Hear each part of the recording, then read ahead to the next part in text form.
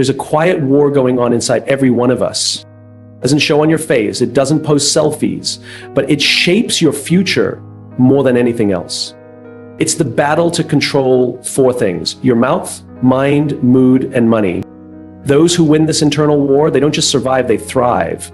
And those who lose, they live in cycles of regret. So today, let's break this down. Let's talk about how to take back control, one key at a time. Control your mouth. It sounds so simple, doesn't it? But it's one of the hardest things to do, especially when emotions rise, when you feel disrespected, or when the urge to win an argument overtakes the desire to understand. Your mouth, your words, can be your greatest tool or your most dangerous weapon. Every conversation is a choice, connection or collision.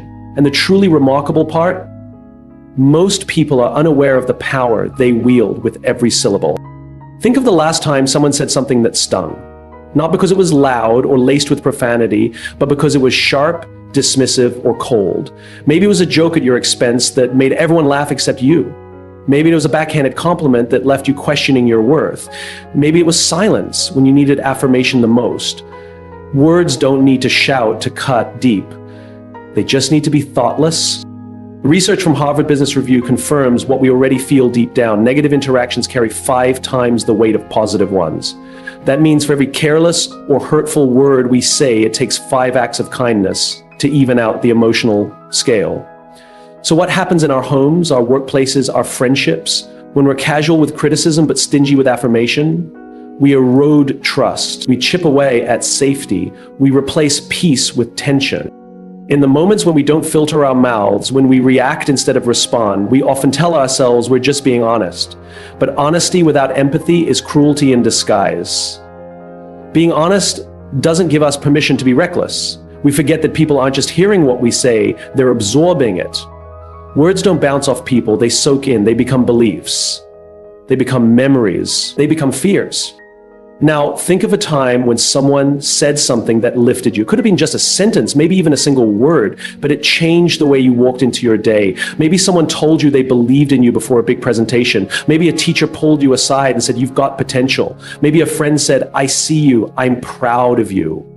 Those moments matter. And they don't happen by accident. They happen when someone chooses to use their words not as a weapon, but as a bridge. If you want to lead, really lead, don't start by speaking louder, start by listening better. There's a deep strength in restraint. Leaders who control their mouths know that power isn't in domination, it's in understanding. People follow those who make them feel heard, valued, and safe, not those who bark commands, interrupt others, or speak just to fill silence. A wise leader learns to pause before responding, to ask before assuming, and to build before criticizing. And in our homes, where love should be the loudest voice, the tone we use can set the emotional temperature. You want peace in your family? Start with a softness in your words, not weakness, softness. There's nothing weak about speaking with care. In fact, it takes far more strength to be gentle in frustration than it does to lash out. Raising your voice doesn't raise your authority, it just raises the walls people build to protect themselves from you. What's tragic is how often we damage the people we care about the most simply because we're comfortable. We say things to our partners, our kids, our siblings that we'd never say to a stranger. We justify our sharpness with, well, they know I love them. But love isn't just what you feel, it's what you show. And the mouth is often where that love is tested most.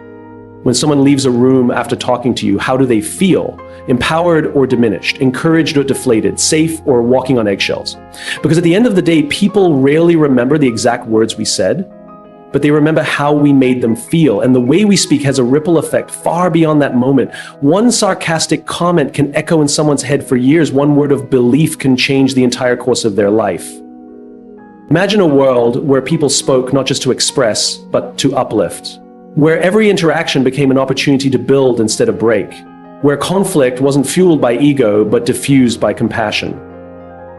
That world begins with each of us. It begins every time we choose to pause, to breathe, and to speak with intention. The truth is, you never know what someone is carrying. Your words might be the only kind thing they hear all day, or the final blow after 100 wounds. Choose wisely, because the cost of careless speech is too high, and the return on thoughtful communication is priceless. There's a story of a man who carried a bag of feathers through a village. releasing one at each doorstep as he spoke rumors about his neighbor. Later, realizing the damage he'd done, he tried to collect all the feathers. But the wind had scattered them far and wide.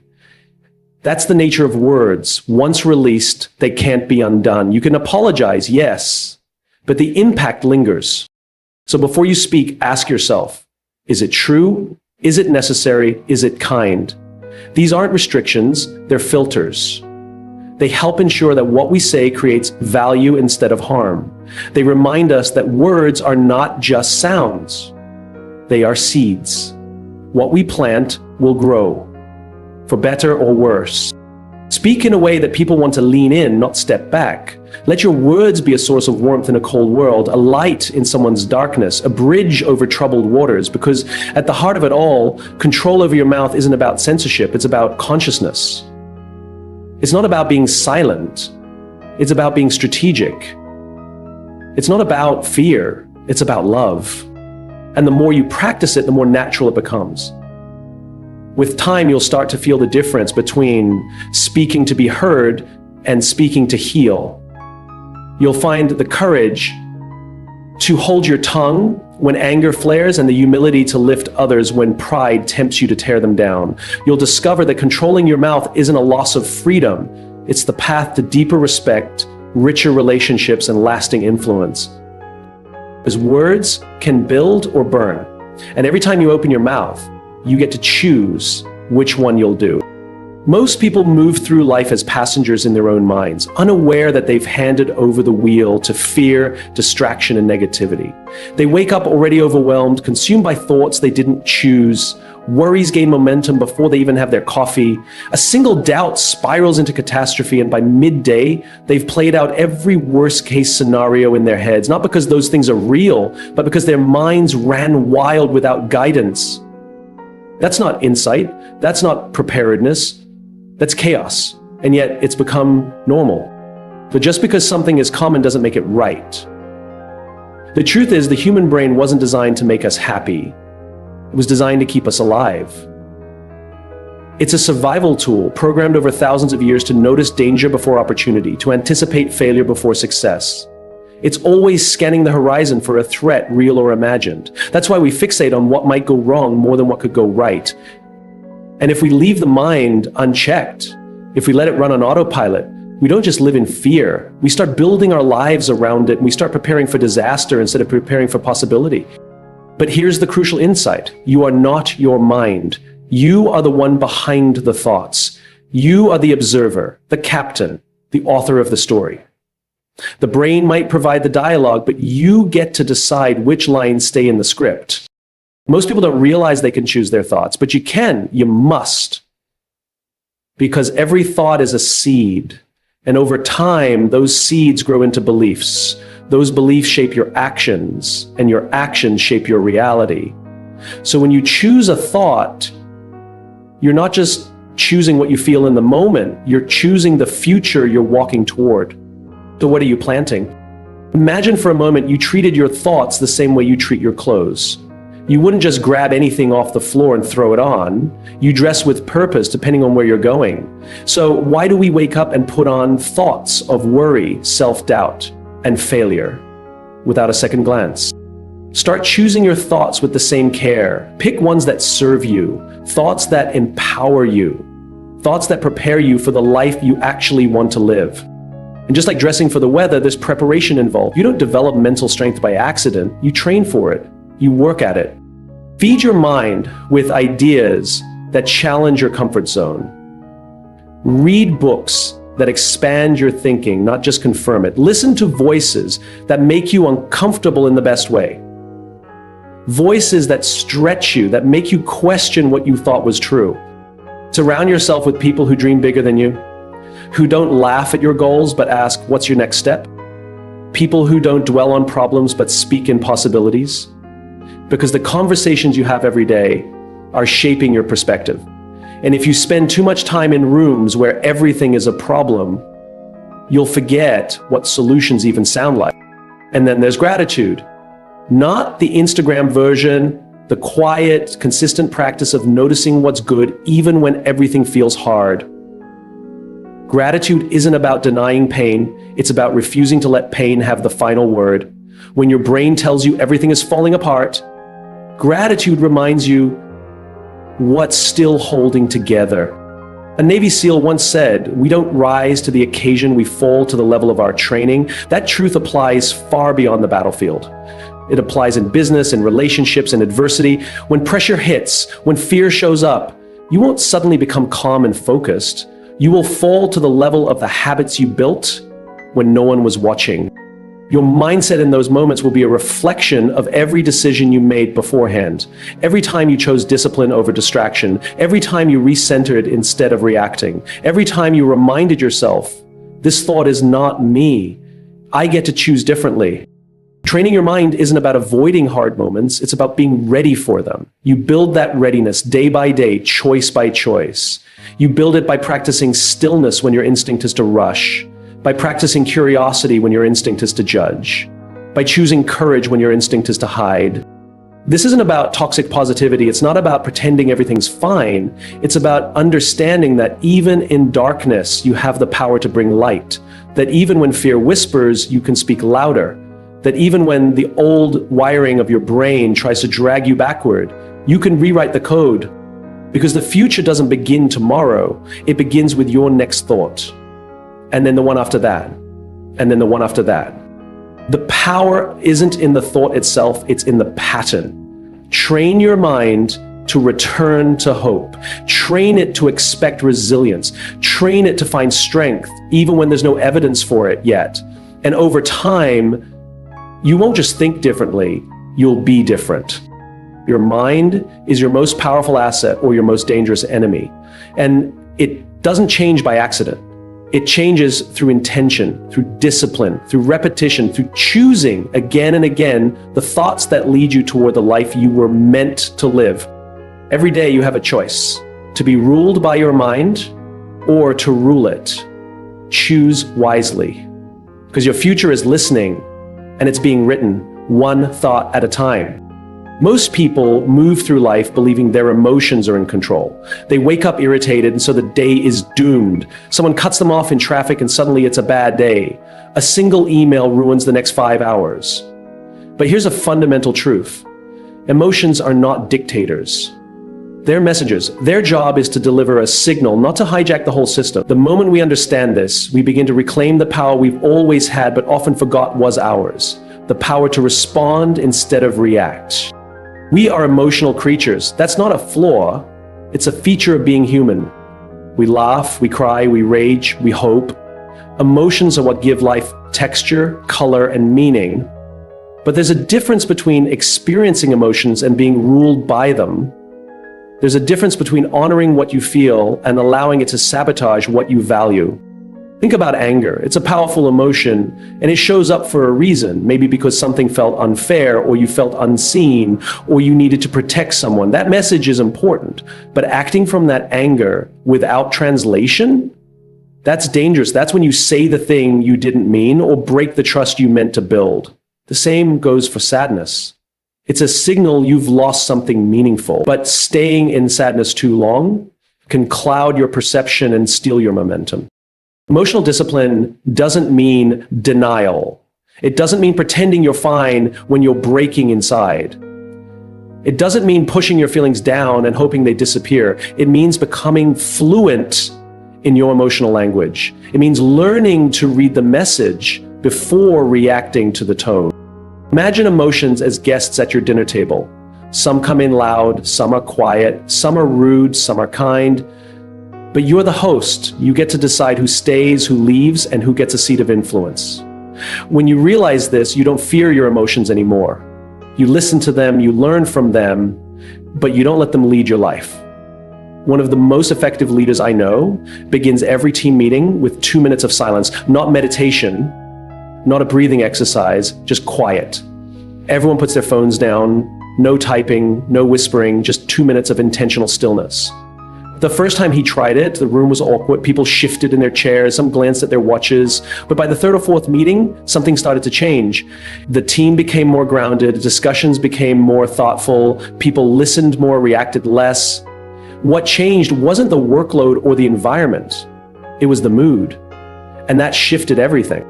When we create space to feel without reacting, we create freedom. And from that freedom comes power. Think about the last time you were overwhelmed. Maybe your inbox was full, deadlines were crashing down, your phone wouldn't stop buzzing, you felt like the world was closing in.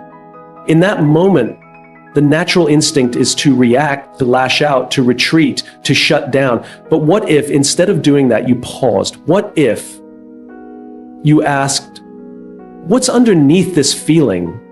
Is it fear of failure? Is it a need for help that hasn't been voiced? Is the pressure to prove something?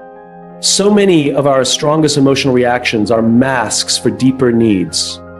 A short temper may mask the fear of being unappreciated.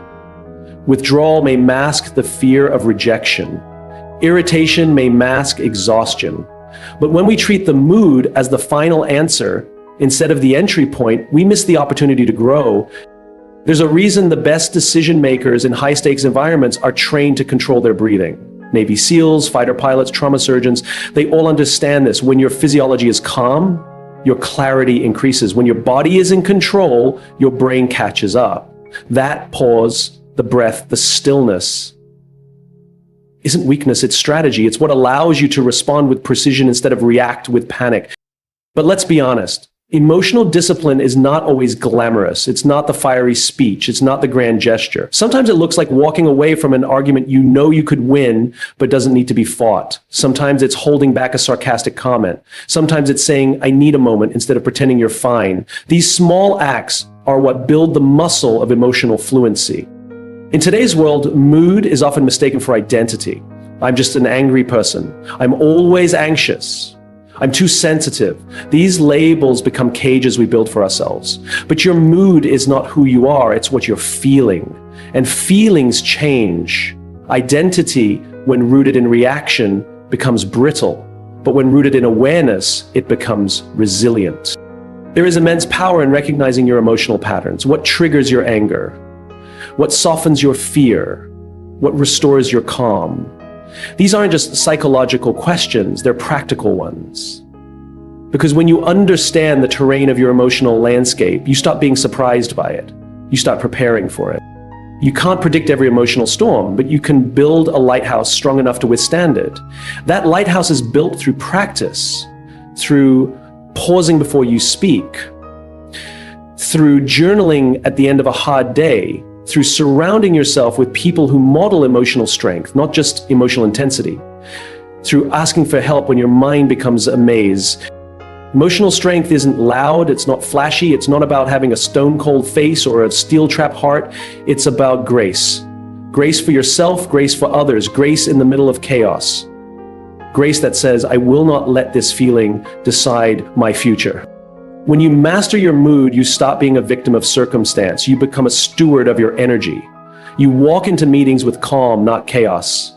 You respond to conflict with curiosity, not combustion. You build relationships that are safe, not sharp. You start to notice when someone else is off, not to criticize, but to care. And in doing so, you become the kind of person people trust, not because you're always happy, but because you're always grounded, the kind of leader who can be the calm in the storm, the kind of friend who listens before fixing, the kind of human who leads not just with intellect, but with emotional wisdom. That's what mastering your mood gives you, not just peace of mind, but peace of presence. And when your presence brings calm to others, that's not just emotional control, that's emotional leadership. And the world needs more of that, now more than ever. Control your money or your money will control you. This isn't about greed or gain. It's about freedom. It's about the ability to wake up in the morning and choose. The ability to walk away from what doesn't serve you. The power to say yes, not because you're desperate, but because you're prepared. Most people think of money in terms of arithmetic, what you earn, what you spend, what you owe. But money isn't just about numbers. It's about meaning. It's about choices. Every dollar you spend is a vote for the kind of life you want. Every dollar you save is a step toward the future you're building. And every dollar you waste is a compromise, a delay, a detour from the life you say you want. When you look at someone's bank account, you're not just seeing transactions. You're seeing priorities. You're seeing patterns. You're seeing a story unfold, what matters, what's ignored, what's urgent, and what's not. And that's why controlling your money starts with awareness. Not obsession, not fear, but awareness. Every great journey starts with a map. If you don't know where your money is going, how can you ever expect it to take you where you want to be? Too many people believe that wealth is only for the lucky or the high earners. But real wealth isn't about how much you make. It's about how well you manage what you make. I once met a man who worked as a janitor for over 40 years. Humble job, modest pay, nothing flashy. He never made more than $40,000, 0 cents a year. He never drove a new car. He never took out debt. But when he passed away, his estate revealed over $8 million, 0 cents in savings and investments. He never played the lottery. He played the long game. He invested consistently. He lived simply. And most importantly, he thought long term. He didn't just plan for retirement. He planned for possibility. We are constantly bombarded with messages designed to separate us from our money. Buy now, pay later. Treat yourself. You deserve it. But let's get honest. What do you really deserve? Do you deserve momentary pleasure at the cost of lasting peace? Do you deserve the high of consumption followed by the low of regret? Or do you deserve the freedom to breathe, to choose, to invest in your future instead of paying for your past? Controlling your money doesn't mean being cheap. It means being intentional. It means telling your money where to go instead of wondering where it went. It's the difference between stress and strategy, between chaos and control, between surviving and thriving. And it starts small. It starts with the decision to look, not flinch, not avoid, not lie to yourself, but really look. Open up your bank statements. Track your expenses. You're not judging yourself. You're learning. You're taking inventory. You're waking up. From there, build habits that serve you. Set a budget, not as a cage, but as a compass. Automate your savings. Invest in what grows, not what depreciates. Create an emergency fund, not because you're paranoid, but because you're smart. Life is unpredictable, but you don't have to be unprepared. We don't rise to the level of our dreams, we fall to the level of our systems. And your financial system is either working for you or against you. The difference isn't in your income, it's in your discipline. It's in the daily choices you make when no one is watching. It's in the silent, boring, consistent work of being responsible, even when it's not fun. Because here's the truth, freedom isn't found in impulse, it's found in restraint. It's found in the ability to say not now, so that one day you can say now I can. It's found in the power to walk into opportunity without hesitation. Imagine being able to say yes to the trip, yes to the business idea, yes to walking away from a toxic job, not because the timing was perfect, but because your finances were. That's real power. That's what financial control gives you. It gives you space. It gives you peace. It gives you options. And when you're not stressed about money, you show up differently in the world. You're more generous, more focused, more present. You're not constantly distracted by the weight of what you owe or the pressure of living paycheck to paycheck. You're free to think bigger, to dream wider, to give more. So if you're feeling overwhelmed by your finances, start simple. Start with $1. Track it, know where it went. Ask yourself if it aligned with who you want to be. And then do that again and again until clarity replaces confusion, until control replaces chaos. Money's not the goal. Freedom is, control is, peace is. But money is the tool. It's the leverage. And it responds to intention. Not income, not inheritance, intention. The world may never stop trying to take your money, but you get to decide who wins that battle. You get to choose whether your money is a source of stress or a source of strength. And you don't need $1 million to make that choice. You need a mindset. You need a mission. You need to believe that you are capable of mastering your finances, even if no one ever taught you how.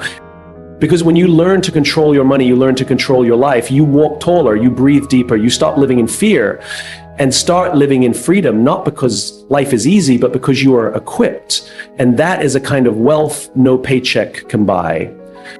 Control is often portrayed as a solitary pursuit. We talk about discipline like it lives in a vacuum, as if willpower alone can carry us through every challenge. But control, true control, is never isolated. It breathes in the air around us. It pulses through the people who share our space, our time, our conversations. You want to understand what's shaping your life? Start by looking at your circle, because who you're with is quietly sculpting who you become. It's easy to ignore. It's comfortable to believe we are immune to influence, that we can rise above, be different, think independently. But human nature resists isolation. We're wired for connection. And with connection comes exposure. Exposure to thoughts, to attitudes, to behaviors. And over time, those exposures compound. You don't become a pessimist overnight. You don't suddenly snap into bitterness or drift into mediocrity. It happens subtly, drip by drip, conversation by conversation, until one day you wake up and realize you've become like the people around you.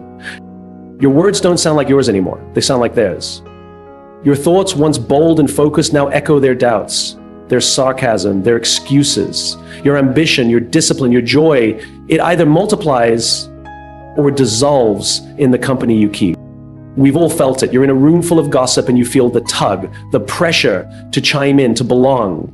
Or you're surrounded by people who roll their eyes at hard work and suddenly your own efforts feel naive. But put yourself in a circle where people talk about ideas, not people, where growth is the baseline, not the exception, and everything shifts. Your vision gets clearer. Your energy feels lighter. You speak with more intention. You move with more purpose. We often talk about our habits like they are choices made in private. But most of our habits are social. You eat like your friends, you spend like your peers, you prioritize what your environment celebrates. That's not weakness, that's psychology, that's biology. And that's exactly why you have to be deliberate, ruthlessly deliberate about who's in your life. This doesn't mean you cut off everyone who's struggling. This isn't about ego. This is about elevation, about stewardship of your potential. Think of your environment like soil. You can be the best seed in the world, packed with potential, full of promise, but if you're planted in toxic soil, you won't grow. You'll survive, maybe, but you won't thrive. On the flip side, rich soil doesn't just help you grow, it challenges you to grow faster. Surround yourself with people who talk about goals, not gossip, who remind you of your power, not your problems, who don't just clap when you win, but also call you out when you drift. That's love, that's leadership, that's a circle worth building. People often resist this. They say, but I've known them for years, or their family. But longevity doesn't equal alignment. Just because someone's been in your life a long time doesn't mean they deserve to stay at the center of it. Love people, yes. Be kind, always. But be selective about access. Your peace, your purpose, your power, they're too valuable to place in careless hands. Take a moment and ask yourself, who in your life makes you feel small? Who drains your energy? Who discourages your dreams? And then ask, who challenges you? Who stretches your thinking? Who lifts your standards just by the way they live? These aren't abstract questions. Your answers shape your trajectory. There are people who make you feel like you're too much when really they're just not enough. And there are people who make you realize you haven't even scratched the surface of who you can be. Seek those people, build with them, learn from them. We don't control the world, we don't control the economy, we don't even control the weather, but we do control our proximity. We choose who we invite into our inner world. That's not a passive choice. That's one of the most powerful decisions you make every day. Who gets your energy? Who gets your time? Who gets your ears? Sometimes the greatest transformation comes not from trying harder, but from changing your environment. A smoker who wants to quit doesn't do it by hanging out in smoking lounges. An entrepreneur who wants to grow doesn't spend every night with people who mock ambition. We mirror what we're near. The science backs this up. Studies show that our behaviors, whether it's eating healthy, saving money, or even how much we exercise, are profoundly influenced by our social network. If your closest friends gain weight, your odds of gaining weight increase. If your closest friends divorce, your own marriage is statistically more at risk. But the reverse is also true. Want to be more disciplined? Get around people who value discipline. Want to speak with more integrity? Surround yourself with people who hold truth as sacred. Because here's what's beautiful. The right circle doesn't just hold you accountable.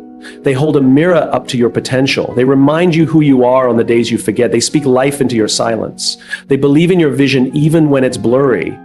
They don't just want to see you succeed. They expect you to. not from pressure, but from deep, unwavering belief.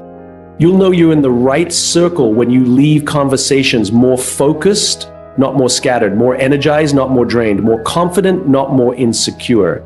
And sometimes the right circle isn't the loudest, it's not the biggest, it might just be 2 or 3 people, but they're aligned, authentic, and all in on growth. So look around, audit your circle, not with judgment, but with clarity. Because your circle isn't just a reflection of who you are, it's a prophecy of who you are becoming. You want to rise? Tighten your circle. You want to evolve? Elevate your environment. Because in the end, the life you build will echo the voices you chose to keep close. Make those voices count. Make them reflect your future, not your fears. Because when your circle aligns with your purpose, you don't just control your environment, you ignite it. Life has a habit of catching us off guard. It doesn't consult our calendars or ask for permission before it throws its hardest punches. One day everything feels aligned, and the next you're grappling with news you never expected, consequences you didn't cause, or chaos you can't control. But here's the truth we all eventually face. We don't always get to choose what happens to us. We do, however, get to choose how we respond. And in that response lies our greatest power. We spend so much of our energy trying to prevent, predict, or avoid adversity. We build routines to keep life predictable, relationships to keep us secure, and plans to create stability. But even the best strategy can be blindsided. Even the most well-intentioned people can let us down, and even the strongest among us can feel completely undone by the weight of something unexpected. But here's the paradox. Strength isn't about shielding ourselves from hardship, it's about how we respond when it comes. There's a space between what happens to us and what we do next. That space is our power. Most people react without even realizing it. Something upsets them and they explode. Something disappoints them and they withdraw. Something threatens them and they lash out. But in doing so, they give away the one thing they actually can control: their response. The moment you let the world dictate your reaction, you surrender your power. The moment you decide to pause, breathe, and choose, no matter how hard it is, you reclaim that power. Imagine you're driving and someone cuts you off in traffic. It's a tiny moment, but you feel your blood pressure rise, your fists clench, your voice ready to curse. That's your first instinct, automatic, emotional. But if you hit the brakes, not just on your car, but on your impulse, something else becomes possible. You can choose calm over chaos, grace over grudge, control over collision. It's not about being passive, it's about being deliberate. Some of the wisest people in history faced unimaginable pain and loss, yet came out more composed, not less. Viktor Frankl, a man stripped of everything during the Holocaust, still held tightly to one thing: his ability to choose his attitude. That's the kind of control that can't be taken by force or broken by pain. It's the control of your own response. And it's more powerful than most people realize. Consider someone who's been betrayed by a close friend. The instinct might be vengeance or bitterness. But what if instead of reacting in anger, they chose to set a boundary, grieve the loss, and move forward with self-respect? They haven't ignored the pain. They've just refused to let the pain dictate who they become. That's the difference. Reaction is automatic. Response is intentional.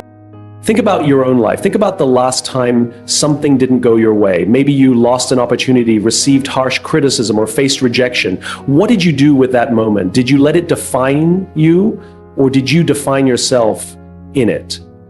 The greatest leaders, the most resilient people, and the most inspiring figures in history didn't have perfect circumstances. They had practiced responses. They had trained themselves over and over again to pause in the face of pressure and choose who they wanted to be. That's the kind of control that elevates you. It doesn't just protect your peace, it shapes your character. Because how you respond to life reveals more about you than any talent, degree, or achievement ever will. Anyone can look good when things are going right. But who are you when everything is going wrong? Who are you when no one is watching? That's where your character is either forged or forgotten. And yes, it's hard. It's hard to remain kind when someone is cruel. It's hard to stay calm when you're being provoked. It's hard to act with integrity when you feel betrayed. But that's why it's meaningful. Because every time you choose your response instead of reacting on autopilot, You become stronger, you become more grounded, you become someone others can count on, not because life is easy, but because you've done the hard work of choosing control. Think of an athlete in the final moments of a close game. The pressure is intense, the crowd is screaming, and their body is on the edge of collapse. But the ones who succeed are not the ones who panic. They're the ones who have trained their minds to stay focused under pressure. It's not the absence of pressure that makes them great, it's their response to it. The same is true for you. Whether you're a parent navigating a tough conversation with your child, an entrepreneur facing a failing business, or simply someone trying to stay kind in an unkind world, your response is your power. And it's not a one-time decision, it's a habit, a discipline, a choice made again and again until it becomes part of who you are. So next time life hits you, because it will, pause, step back, ask yourself, what would the best version of me do right now? Not the version that's tired or hurt or angry, the version that's wise, the version that leads, the version that's in control. Then do that, even if it's hard, especially if it's hard, because that's where real strength lives, not in controlling the world, but in mastering yourself. You don't need to control everything to feel empowered. You just need to control one thing, your response. And when you do, no storm can shake you, no loss can break you, and no person, no matter how cruel, can define you, because you've already defined yourself. So control your mouth, because your words create your world. Control your mind, because thoughts shape destiny. Control your mood, because emotion without discipline is chaos. Control your money, because financial freedom starts with daily choices. Control your circle, because your environment either builds or breaks you. Control your response, because power isn't in control, it's in character. Control is not about domination. It's about discipline. It's not about being rigid, it's about being rooted. And the most powerful people you'll ever meet, they're not the loudest in the room, they're the most controlled within themselves. Now it's your turn.